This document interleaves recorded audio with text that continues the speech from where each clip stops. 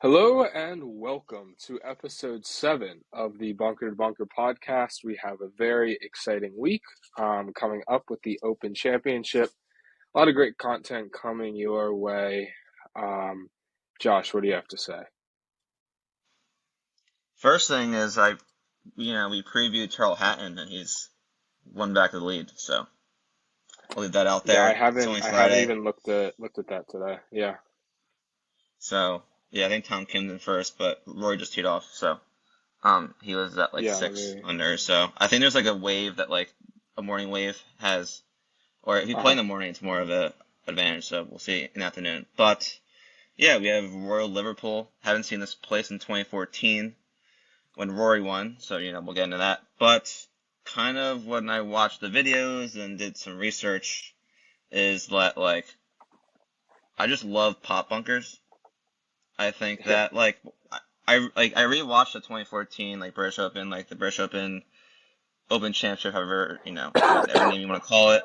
YouTube page does they did like a documentary like 45 minutes on like each major, so check that out if you have some free time. But it's just funny to see like the stances of these guys. Like one guy will have like a leg in and like a leg out, or like be like almost like Yeah.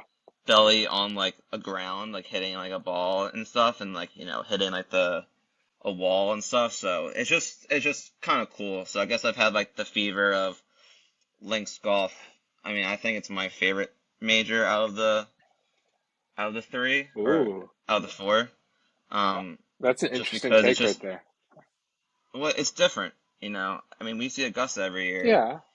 And it's like, I guess it's like, if you want to talk like handicapping it from a betting side, it's easier to handicap than this because you have a different course, the weather, Yeah. links. I guess there's like probably more people that are in it because it's a different style of golf. So, um, definitely something when I watch the videos, I'm like, I think going out to Scotland or England or Ireland and playing these courses is probably number one on my bucket list of golf. That's reasonable. I mean, I can't play Oh yeah. Augusta. Oh yeah.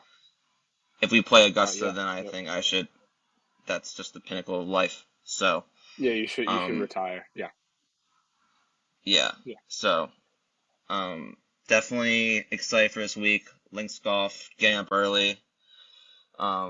It was a tradition The of like my best brother thing. and I to get up early, like really early to Uh-huh. watch. So I won't be at home to do that with him, but definitely excited for this week, and I'm excited for the pop bunkers to kind of blow up some people. So Yeah. let's get right into it. So I guess why don't we hop into it? I know that you said, pot bunkers are a big thing here, but yeah, so previously, I guess in this century, we've had the Open Championship here twice. Tiger won in 2006, followed by Rory in 2014. So two big names have won titles here. Um, the course is definitely different from 2014, but the major um, the major like angle of how to play this course well will still stand in that the accuracy off the tee is probably the most paramount. It's more, usually in links golf you can say, oh, let me just hit it and it'll just like, roll 100 yards and we'll just find it. No, there's out of bounds, there's gorse bushes, which I love that we can say that again this week. There's tall fescue. So fairways are very paramount. Um, it's a 7,400 yard par 71. Which is on the shorter end of long courses in terms of, you take like your Bethpage Black, which could play up to 78. So it's not as long, but when accuracy off the tee matters a lot, then you might see a lot less drivers than you usually would see, just due to, extreme out of bounds to the right or bushes to the left. Um, so yeah, I guess I can take the first couple of holes and then you can just pick up after that. Just go hole by hole, figure it out Yeah, from I'll say there. something about the accuracy before we start. Is Yeah. that when Tiger won '06, you'll hear this fact all week, but he hit 2 iron off of basically every tee, and he hit like Mhm. 80% of his fairways, and he won. So, I mean, Yeah. at that point in his career, he was probably as long as everyone hitting driver when he hit a 2 iron. So take that into consideration. But I think the type of golfer that was going to win is besides accuracy is I think you have to be a disciplined golfer. You have to Mhm. don't get carried away taking driver, and then you go OB on the right hand side or the left hand side. Like OB comes in on 6 holes, three on the left, three on the right. So we'll go into that, but you really can't miss big. If you do, you're in bunkers, rough, as you said, these gorse bushes, which we'll have fun with that, as you said. So definitely fairways hit, greens regulation are going to be big. Yeah. So, and I think if you're like a betting guy who likes to model, I feel like it's kind of hard to model it because if you're Mhm. taking like fairways hit and like accuracy and stuff, like that's mostly with driver and not like irons. So definitely would like to see like kind of what players I think like the interviews during the week and stuff and what the analysts ask are being important to see like what guys are doing and stuff. So people on site definitely have a advantage to hopefully tell the public. So I want to get those points in and yeah, Yeah. let's start with your hole by hole breakdown of the couple holes. Yeah, it's unfortunate. I'm feeling withdrawal, not being there on site. It feels different, but it feels nice. I don't have to wake up at some weird hour to go to the venue. But anyway, so yeah, let's do it. So the first hole has typically been the 17th hole at Royal Liverpool. They're rerouting it to be the first hole this week, and it's kind of a mellow hole. You have some bunkers to the right side and to the left side of the fairway. It's kind of open, so if you really need to miss, you can. There's a couple bunkers in the front of the green that you might need to worry about, but there's a lot of undulations around the back and to the sides of the green. So the green itself is a little bit of a level-ish green. I mean, there's a hill that runs down the middle, but the runoff areas are pretty severe. So if you miss this green, that could be a problem or it could be a strength. I'm not sure, depending on the chipping ability of the player. But a pretty cool opening hole. I mean, it's not very. It doesn't seem like it'll be drastically difficult. But that's the beauty of links golf is something that seems simple on the surface could easily be um, pretty difficult. So yeah, so I mean that's our first hole. So we'll kind of move into the second hole, which again is a par four. The first hole is a par four as well. That one's about 460. The second hole is about 453. This hole is usually the 18th hole for members, but again they rerouted the course a little bit differently this week. Um, Again, this hole is wide open, but the fairway is not very big. So you have a couple of bunkers that are in play off of the tee shop. You also have some long fescue. You have pretty intense out of bounds to the left. But this one you have a very simple looking green, like two shelves, one in the back, one in the front, some runoff areas. Um, so you can kind of play it just basically in the middle of the green, and you'll probably be good with that. I'll move into the third, then I'll pass it along to you for a couple more. But the third hole looks like a really interesting hole here where you have out of bounds to the right, and it's just a wall. Like it just looks like a massive like pasture. I don't know how else to describe it. There's just a massive wall. So you have to take the wall into an account into account. You don't want to put it into, over the wall. Regardless, I think this will be a hole that a lot of players will just take like a 2 or 3 iron, maybe a hybrid of some sort, and just play it to the left. It's 426 yards, give or take, so you can hit like a 275-yard shot and have something comfortable in. But the uh, the wall is definitely really funny. Visually, the wall continues down the entire right side. So on Sunday, I would presume they're going to tuck this pin to the right side of the green, which means that you might see a lot of balls that are just going to skip out of bounds and be like 30 feet pin high, which is absolutely wild to say. But again, the green is very level. It's very, there's not a lot of undulations, all that kind of stuff. But to the right, if you go right on this hole, you're absolutely dead. Um, so that's gonna be a really interesting way to see how the players approach that hole this week. I'll let you take on four. Yeah, four I think is a fun one. I mean, it's a short par four, so we've seen at the last two major championships at LACC and Oak Hill that they had a short par four, which basically everyone went for it. Basically, they were like, bomb it down there, figure it out later when you get up there. So there's bunkers everywhere in front to protect the hole, pop bunkers, as I already emphasized. There's OB left too. So it's definitely interesting what players will do. I mean, personally, I'm not really sure what they would do, but from recent history, I think for them, they're fine being in any of those bunkers and hoping that you get a good lie and then you get up and down. So that's what I think what Mhm. players will do. But we'll see when it's crunch time that, you get in a pop bunker and you're right up against that lip. That's probably a two-shot swing right there. So, I think especially with like like they're not traditional American bunkers. So I think that will probably be interesting to, note. And I think that's probably something that caddies are going to try to figure out all week. Because I remember on hole 6 at LACC, they were trying to figure it out literally up until the final round on Sunday. So, and then we got hole Mhm. 5, which is a par Yeah. 5, which I think par 5 scoring is pretty big here. Um, I think Rory, like, I forget what percentage, but he basically just birdied 3 out. I think at that time there's 4 par 5s, and now there's only 3, I believe. So he basically birdied like Uh-huh. almost all the par 5s throughout the whole round. So I think par 5 scoring is huge. This one is 520, which is shorter than the other ones. Dog leg left. You get these gorse bushes, as we said, that come into play on the left hand side. And then there's obviously a bunch of humps and valleys and dunes, kind of like holes, like and stuff around. This is a two-tiered putting green, so it's very contoured, which is mostly Mhm. probably almost all of them. So you might have to, emphasize that. So yeah, I think this is definitely, hole 4 and 5. I think you want to birdie. I would probably say they're probably two of the easiest holes on the course.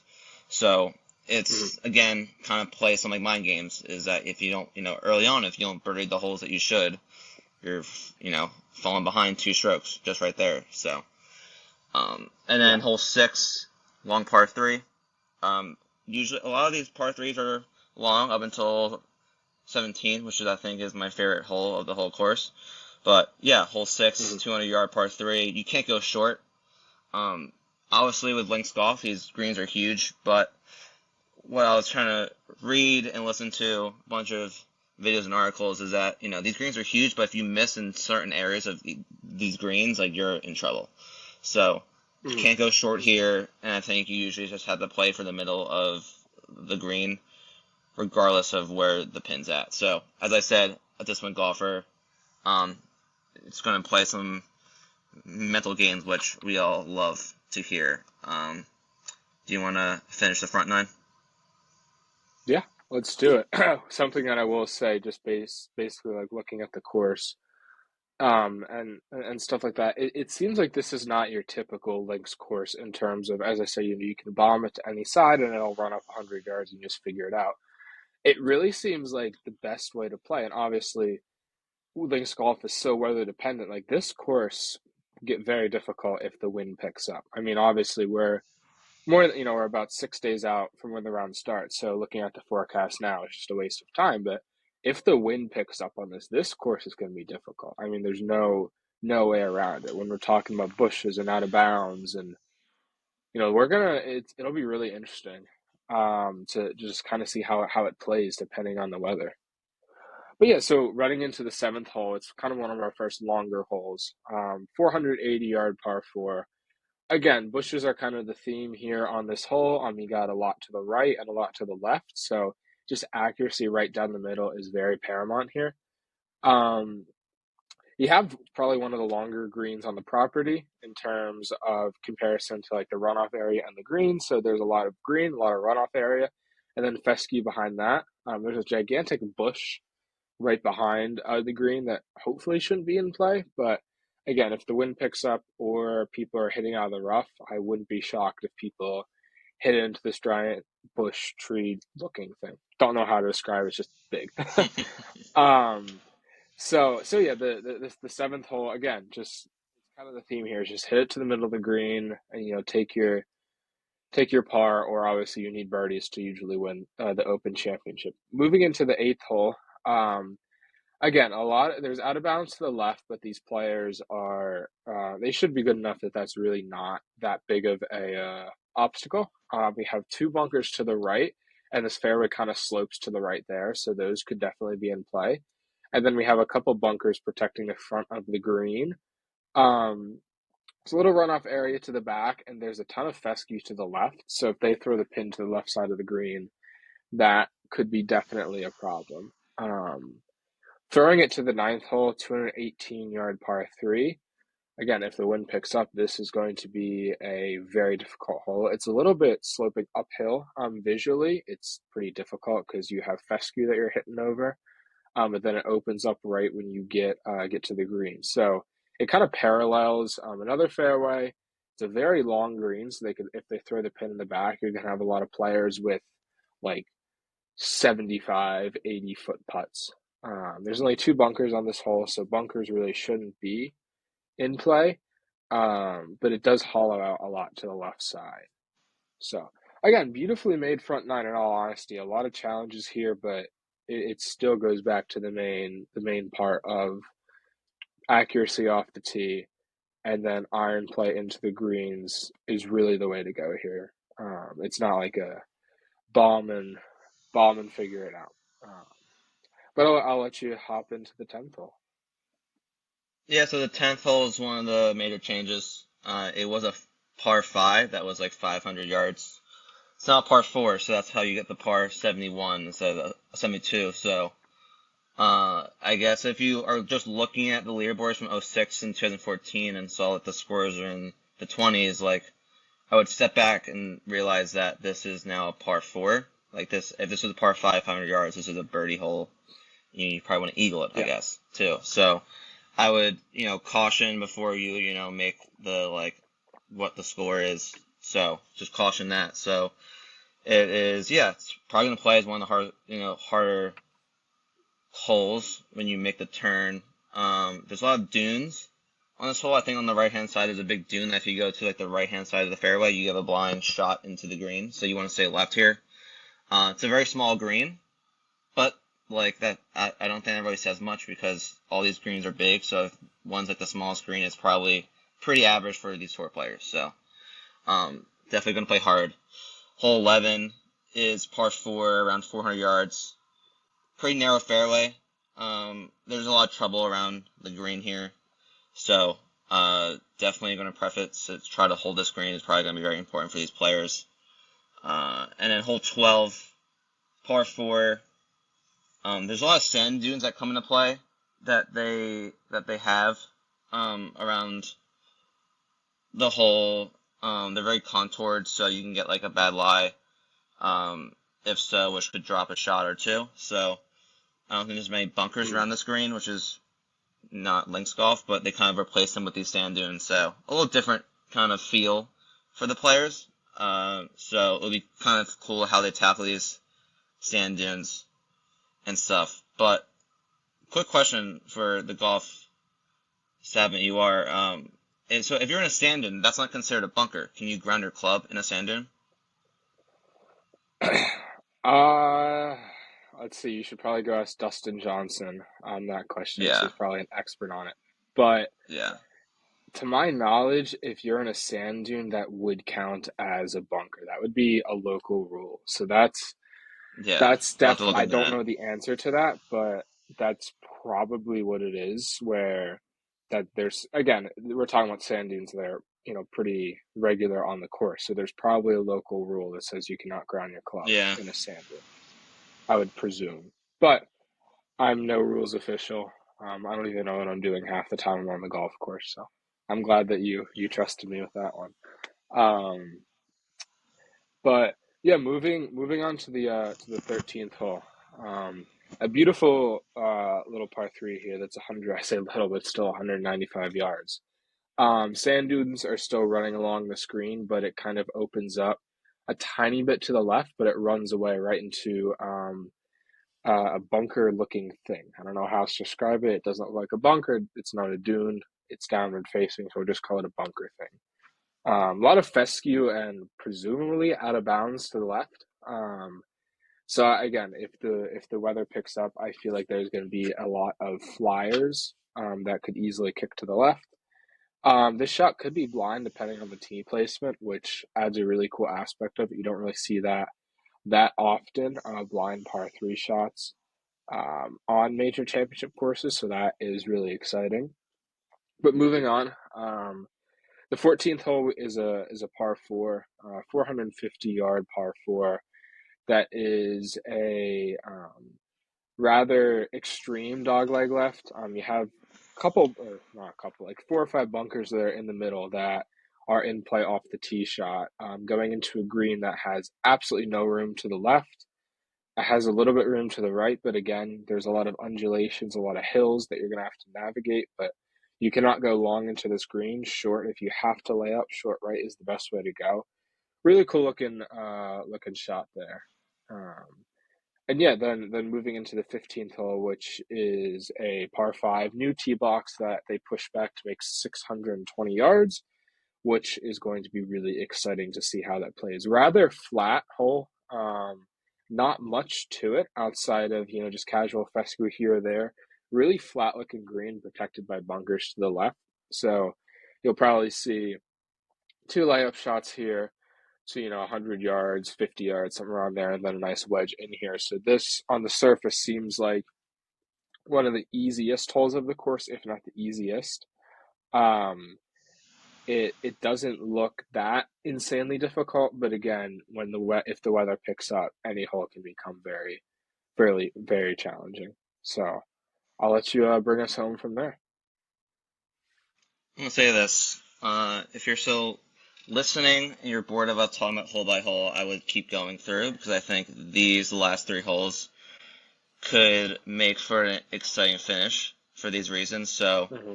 hole 16, par 4, around 460 yards. Um, that wall comes into play. It comes back. Yep. OB.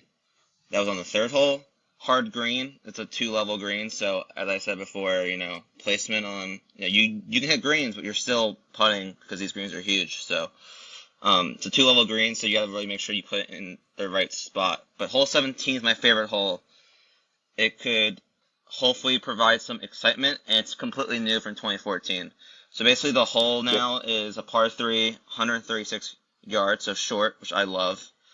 It was facing inland into the part of the golf, the other holes, but now it faces towards the horizon and a body of water, which I don't know the name of.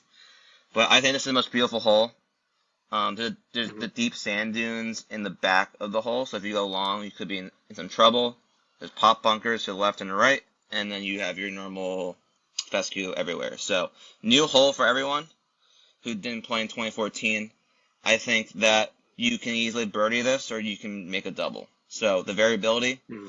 of this hole is huge, and I think that hopefully we get someone can birdie this, or they drop two shots. So I think it's really interesting, this hole 17, on how it plays. And then hole 18 is a par 5, 609 yards. Will be on the right with the wall. Now, when I was watching this hole on the Golf Digest video, is you can take on the boundary. Like, you can try to, fly it on a certain area to gain some distance. So, um, again, these last two holes can be huge swings on how you play it. It's gonna, as I said, be disciplined, be aggressive when you can, play safe when you can too. So it's a definitely interesting hole. I know that Rory played that hole really well in 2014, so you're gonna have to birdie it. I'll say par fives. Everyone on tour wants a birdie, so definitely it's interesting to see. You can go bogey on 17 and birdie 18, and you get that. You get those shots back. So that kind of concludes our hole by hole breakdown. I know that, you know, I wanted to, before we go into the big storylines, I wanted to say, how do you kind of feel about finishing with a par five? I think it's a very fun idea because, we usually have, difficult par fours as the finishing hole. You think of the classic courses and it's always a difficult par four. I think it's a really cool idea to have a par five there, especially when this one is over 600 yards. So it's not like it's a 500 yard where, necessarily a birdie is required. This hole easily, I mean, I'm not saying it's going to play, insanely difficult, but it's going to add, I think, a lot of drama to the finish where, you could have a player down two and an eagle is, again, a possibility here. So I think it adds a really cool aspect. And I also love, you've probably seen the grandstand set up on here. I mean, I think it's like 5,000 seats or maybe more. stretching all the way back. So it's going to create like a really, really cool atmosphere, which we always see a great atmosphere on the 18th, but this is a par five, so it's definitely a little bit different there. But overall, I think it's a great idea. Um, Yeah, this is no corporate I open. This is no no, corporate. This no, is these are the Brits who are gonna yeah, they're gonna drink a lot of beer, be rowdy. 18th it's yeah, it's kind of like a stadium. So which is yeah, absolutely. pretty which is pretty cool. So you can probably tell how excited I am just to get into next week. Um, Yeah, so yeah, let's I want to talk about some storylines. Um, hmm because I think there's a lot of them, especially with, outside of the Live PGA fiasco, the Senate hearing that I guess we didn't talk about yet, but like, you know, who would have thought that yeah, you kind of did. you would have two people in a Senate hearing? But that's just golf in 2023. So, how about you start Crazy. with just Rory? So, Rory's actually playing well now, Scottish Open. This could be he could fall off or he could win. I'm sure that people who want to bet Rory don't want him to win, but it would be pretty cool for him to come into this Open. But we heard a U.S. Open, he T2, didn't play well at Augusta. The PGA didn't have his best stuff, but was kind of a home course and played well at Oak Hill. A year ago around this time, you know, if he makes one putt at St. Andrews, the 150th Open, St. Andrews, he probably beats Cam Smith, who went off in the last round. So, kind of like, where do you kind of stand with Rory's game? He's obviously not the defending champ, but like he's coming back to. So a lot of storylines are on him. So just talk about just Rory's, where you think his head's at, game's at for this major, and we'll get into the 2014 stuff. So, how do you feel about Rory Yeah, this week? I'm trying to rapidly pull up the odds right now to see if the answer to my question is true or not. Okay, yeah, he's the favorite. Yeah, he absolutely is. I think that I'm not gonna say he definitely will win. Again, we're talking about one player out of 156. I think he is the strongest player in the field. I really think that he will contend this week. I think that his game always centers around links golf, and especially not always centers around because he's won and not elsewhere, but especially where driving off the tee matters so much, and he is. I don't want to say he's the most accurate, but he is the most accurate driver of the golf ball that doesn't sacrifice distance. I mean, this guy will hit it 350 if you want it straight, right or left, and there's no in between. So I think in terms of accuracy off the tee, he's one of the strongest. Distance off the tee, he's one of the strongest. The question is his iron play, which still is so volatile, and his putting. But I think on a place that he's won and on a place where the greens aren't that insanely undulating, yeah, sounds about right. Undulating or insane to try and read. I think that will mitigate his weaknesses, and I think I kind of expect him to be put in a open like he did last year at St. Andrews. Yeah, I definitely agree. I think, we heard that he took off the RBC Heritage and got fined millions of dollars for like, just for his mental health, which I think now since I think the burden of Live and PGA is kind of off his shoulders, when it was at the RBC Canadian Open the week before the US Open, that we saw that he played well at the US Open. And I think that now he can play freely mentally in his head. Like he doesn't have to go back home and talk to Jay Monahan or whatever. I think he just has less of a burden with the press, which is interesting. So I think, yeah, I think that as I said, if you're any Rory better, I don't think you want him to contend this week and stuff. Uh, it'll be interesting to see what personally what I do with the top of the board, which we'll get to at the end of the show, just to kind of preview the board, vaguely. But yeah, I mean, it's Rory McIlroy, links golf. He's won here before, so he's gonna get the big storyline.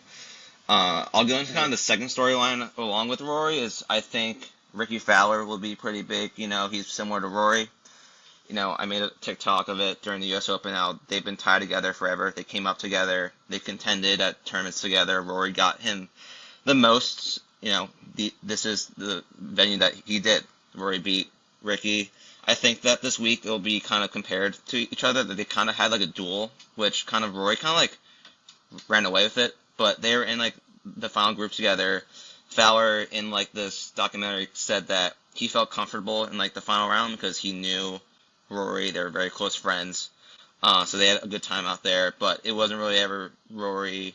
It was Rory the whole way. So Hmm. I think for that side, hopefully we can get that again because I'm a big Fowler fan, as the podcasters can know already. So it's how will Ricky rebound after he won like the Rocket Mortgage? I was listening to Pat Mayo and Steve Bamford last night.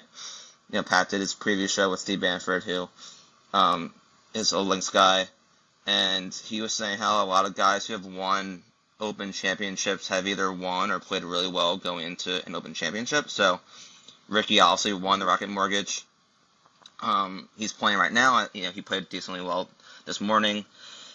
He's has historically been a good Lynx player. If you look at his stats, which we'll do in Hmm. like the next podcast, but uh, he's arguably probably a top 5 to 8 player right now in the entire world. Like just playing like right now that I would take in a draft. So uh, yeah, I think Ricky's gonna get a lot of headlines along with Rory. They're gonna be compared again, Hmm. and it's gonna be really interesting to you know talk about and handicap. So another headline, we talk about driving, accuracy. Cam Smith is a defending champion. I feel like he won't really feel like it because of the Rory. At St. Andrews, he hit like over 80% of his fairways, and here you can't really bomb and gouge, as they say. So kind of like, where do you see, Cam Smith's playing some good golf now? Do you think he can, how you think the defending champ will play here, which is a little bit different than the St. Andrews um, setup last year. Well, it's all. I guess this is my short answer for anyone who plays and live right now. Is it all depends on how much they care, and I mean that in the most like sincere way possible. It all depends on if he really cares about wanting to play well and putting in the focus. Because again, one of the biggest criticisms of live golf is you sign this big contract, you get your signing bonus, and you can get like 500K for finishing last. So what's the incentive of actually trying? So it goes back to the question of does he actually want to try? And you saw how well he played at the U.S. Open. So I think the answer is pretty simple there. Yes. Yeah.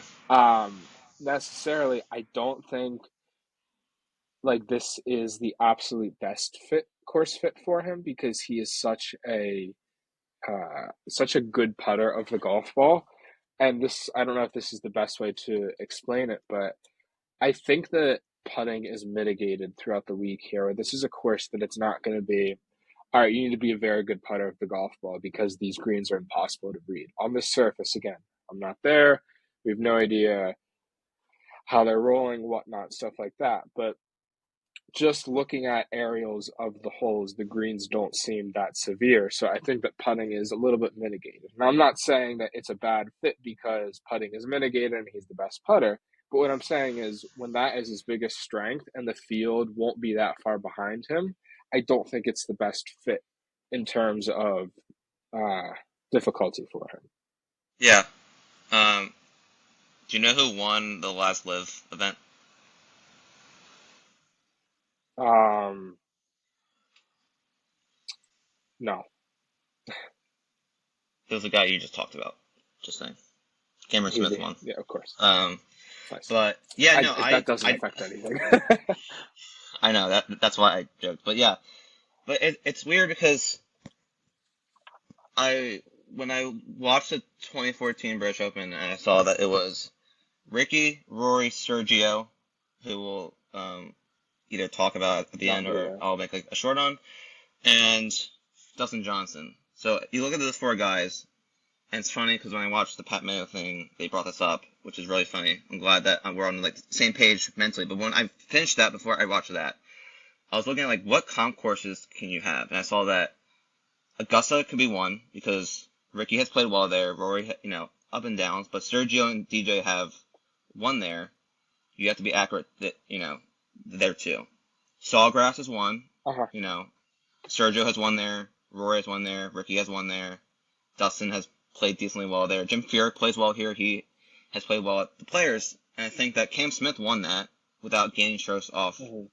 the tee and plays well at Augusta and St. Andrews too. So it's definitely interesting. Like I think if you want to go with like the fade, the guys who are accurate off the tee, but Cam Smith just figures out a way to scramble. So I think like he's kind of like the one like what do you do with him? So Hmm. he won recently. So if you want to go on like the great form, as I said, so we'll definitely talk about him more and more detail later. But I just want to bring up that point. So Yeah. I have a couple cool, fun questions that we can kind of debate in our last, closing like 10 minutes or so. You know, we have, four guys on tour who I believe, or probably three, but, who are kind of due for a major. And I'm going to ask, who needs it most out of these guys to win a major? Patrick Cantlay, Xander, Tony Finau. I group Hovland in there, but he's just way too young. So out of those guys, like who really needs it most to win a major? I have my answer, which I think it's easy with my argument, but I want you to kind of go and who needs it most out of these guys: Cantlay, Xander, Finau. Well, you know who my last choice is. I don't even have to say who it is. Like, you already know in terms of who needs it the least. Patrick Cantlay, you don't need to win anything. You stink anyway.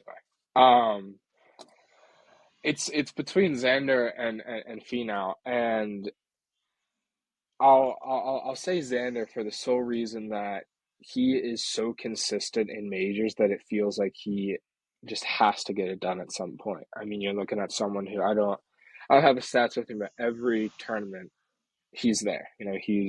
He's on the cusp of getting there.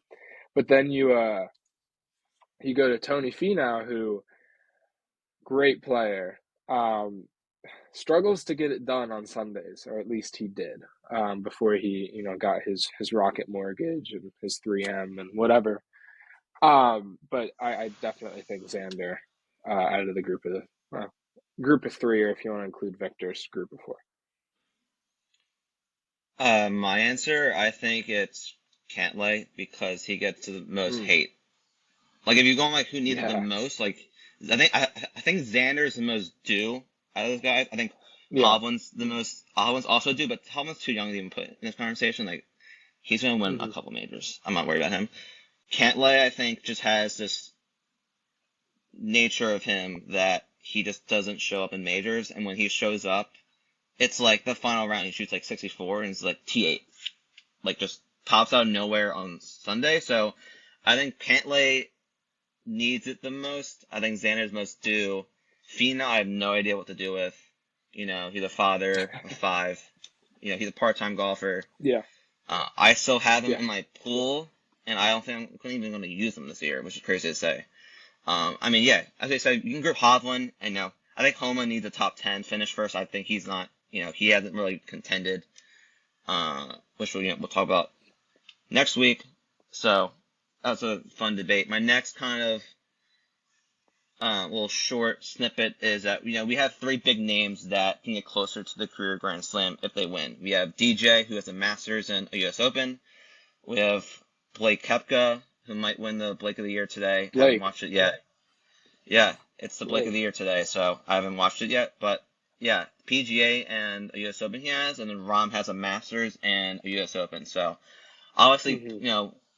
Brooks, Blake is playing the best out of them. Rahm still kind of has his hangover. He's not playing the Scottish Open, but I think he was seen in Ireland practicing. And DJ has played well here. I looked at his Hmm. recent Open finishes. Like he has played well. Obviously, he's not playing much, so how much does he really care? As he said, so it would be interesting to see if one of these three can win the Open, get closer to the career Grand Slam.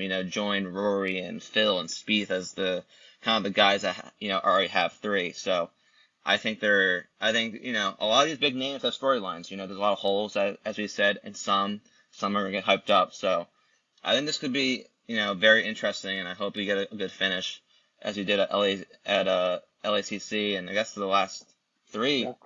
majors. So I think we've been spoiled this year, Hmm. and hopefully we can keep getting spoiled.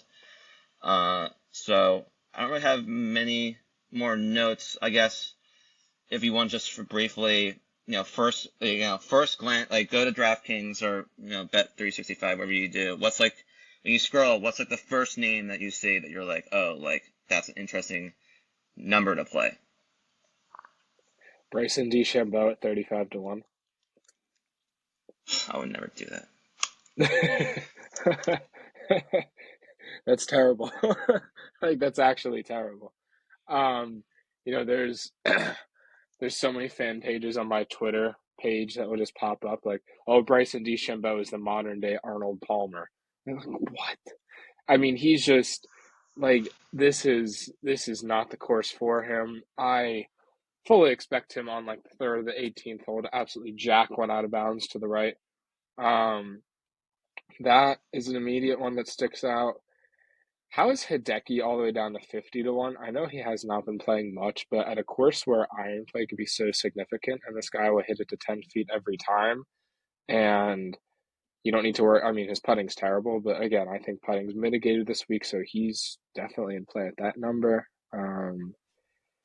Trying to think who else. He's not going to win, but if you want to look at someone who will consistently hit fairways if he hits his irons, is Gary Woodland at 130 to 1. Again, he's not going to win, but that guy can go out there and hit a stinger and just absolutely hit, go like 18 for 8 or not 18, whatever, 100% on fairways.